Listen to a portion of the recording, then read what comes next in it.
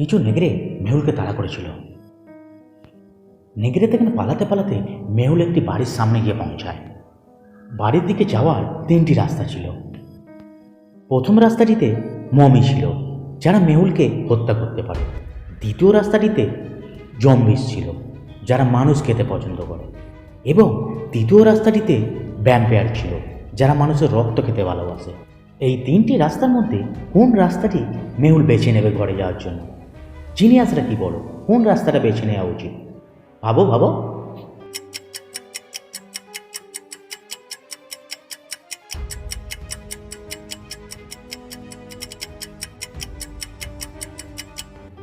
চলো উত্তরটা জেনে নেওয়া যাক।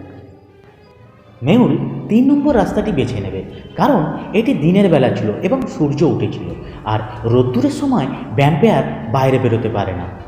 তাই 3 নম্বর রাস্তাটাই বেছে নেবে মেহুল। Case solve. চলো পরের ধাঁধা দেখা যাক।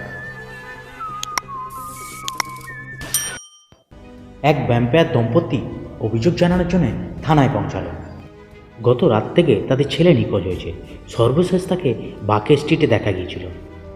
গোয়েন্দা মেহুল সেই রাস্তার সিসিটিভি ফুটেজগুলি পরীক্ষা করেন এবং 3 জন সন্দেহভাজককে চিহ্নিত করেন। সেই 3 জন সন্দেহভাজক হল জ্যাক, রবার্ট অ্যান্ড সুসান। এই 3 জনের দিকে তাকিয়ে ডিটেকটিভ মেহুল বুঝতে পারলো যে কে বাচ্চাটিকে অপহরণ করেছে। কিন্তু জিনিয়াসরা কি বুঝতে পেরেছো কে বাচ্চাটিকে অপহরণ করেছে? ভাবো ভাবো।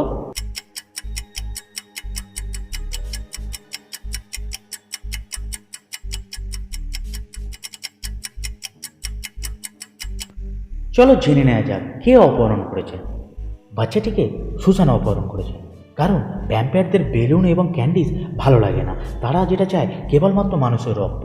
আর দেখুন সুসানের হাতে রক্ত আছে, তার মানে ওই রক্ত দিয়ে লোভ দেখিয়ে তাকে অপহরণ করেছে। Case solve. Detective Mehul rock. চলো পরবর্তী ধাঁধাটা দেখে নেওয়া যাক। স্টেলা তার মেয়েকে নিয়ে পার্কে বেড়াতে গিয়েছিলেন। স্টেলার কাছে তখন একটি কল আসে এবং কথা বলতে বলতে তিনি ব্যস্ত হয়ে পড়েন। সেই সময় একজন মুখোশধারী ব্যক্তি তার মেয়ের কাছে আসে এবং তার মেয়েকে ধরে নিয়ে চলে যায়। স্টেলা অপহরণকারীকে খুব ভালো করে না দেখতে পেলেও অল্প একটু দেখতে পেয়েছিল। তিনি সঙ্গে সঙ্গে গোয়েন্দা মেহুলকে কল করেন। গোয়েন্দা মেহুল ঘটনাস্থলে এসে পুরো বিষয়টি স্টেলার কাছ থেকে শোনেন এবং শোনার পর 4 জন সন্দেহভাজককে মেহুল চিহ্নিত করেন। এই 4 জনকে স্টেনাকে দেখিয়ে গোয়েন্দা মেহুল বুঝতে পারল যে কে অপহরণকারী। কিন্তু জিনিয়াসরা কি বুঝতে পেরেছ কে অপহরণকারী? ভাবো ভাবো।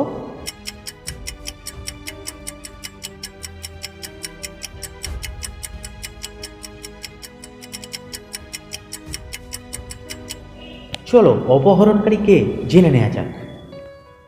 3 নম্বর ব্যক্তিটি অপহরণকারী, কারণ 3 নম্বর ব্যক্তির দিকে ভালো করে তাকালে তার গলায় একটি আঁচিলের দাগ দেখতে পাওয়া যাচ্ছে এবং অপহরণের সময় অপহরণকারীর গলায় ওই আঁচিলটা স্টেনা দেখেছিল। তাই অপহরণকারীকে খুব সহজেই চিহ্নিত করা গেল। Case solve. Detective Mehul rock. চলো পরের ধাঁধাটি দেখে নেওয়া যাক। টনি যখন অফিসে ছিলেন, হঠাৎ তখন তার কাছে এক অপহরণকারীর ফোন আসে। অপহরণকারী বলে তার ছেলেকে তারা অপহরণ করেছে আর ছেলেকে ফিরে পাওয়ার জন্য 10 লক্ষ টাকা মুক্তিপণ দিতে হবে। টনির ছেলে স্কুলে গিয়েছিল, তাই টনি সঙ্গে সঙ্গে ছেলের স্কুলের শিক্ষককে ফোন করেন এবং ছেলের সম্পর্কে জিজ্ঞাসাবাদ করেন। শিক্ষক বলে আপনার ছেলে তো স্কুলেই রয়েছে বলে শিক্ষক টনিকে তার ছেলের একটি ছবি পাঠায়। টনি তার ছেলের ছবি দেখে কিছুটা শান্ত হয়, কিন্তু কিছুক্ষণ পর স্কুল থেকে তার কাছে একটি কল আসে এবং তাকে জানানো হয় যে তার ছেলে অপহরণ হয়ে গেছে। টনি তৎক্ষণাৎ গোয়েন্দা মেহুলকে কল করেন এবং পুরো বিষয়টা জানিয়ে তার ছেলের ছবিও পাঠায়। তারপরে মেহুল স্কুলে যায়। স্কুলে গিয়ে স্কুলে থাকা সমস্ত গাড়ির তথ্য সংগ্রহ করে এবং 3টি গাড়ি মেহুলের সন্দেহজনক লাগে। 3টি সন্দেহজনক গাড়ির মধ্যে 1 নম্বর গাড়ি, 2 নম্বর গাড়ি, এটি 3 নম্বর গাড়ি। এই 3টি গাড়ির মধ্যে কোন গাড়িটিতে অপহরণ করা হয়েছিল মেহুল বুঝতে পেরে গেছে। কিন্তু জিনিয়াসরা কি বুঝতে পেরেছো কোন গাড়িটিতে অপহরণ করা হয়েছিল? বুঝতে পারলে কমেন্ট করো।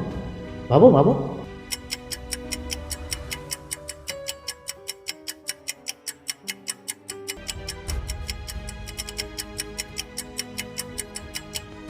2 নম্বর গাড়িটিতে অপহরণ করা হয়েছিল, কারণ টনির ছেলের যে ছবিটি শিক্ষক পাঠিয়েছিল সেই ছবিতে টনির ছেলেকে যেই বোতলে জল খেতে দেখা যাচ্ছে সেই বোতলটি 2 নম্বর গাড়ির মধ্যে রয়েছে।